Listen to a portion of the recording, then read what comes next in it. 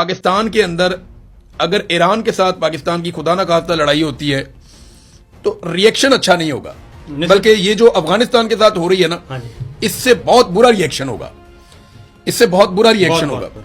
वो उसके रीजन हैं। अफगानिस्तान के साथ लड़ते हुए आपको टाइम हो गया, आपने आहिस्ता आहिस्ता आहिस्ता लोगों को कायल कर दिया। देखिए सर, अफगानिस्तान के साथ आप लड़ेंगे ना तो अफगानिस्तान से जो खतरा है वो है खुदकुश हमलों का।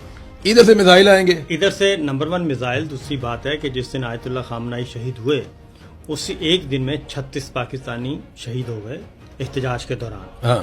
तो ये कोई इतना आसान एक इधर मुसीबत बन जाएगी, एक मुसीबत बन जाएगी। और एक और चीज भी है साबिर भाई, एक और चीज भी है। हमारे तेल का एक बड़ा इन्हिसार ईरान से स्मगल होके आने वाला तेल है।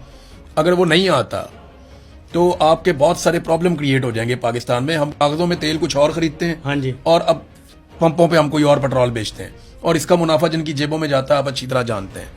तो सवाल ये पैदा होता है कि ये ईरान के साथ जंग पाकिस्तान अंदर से कबूल करेगा या नहीं करेगा। पाकिस्तान को हर हाल में इस जंग को अवॉइड करना, और ईरान ने बड़ी समझदारी से हमें पैसेज भी दे दिया कि आप अपना टैंकर गुजार लें, जी हाँ, जितनी आपकी जरूरत है आप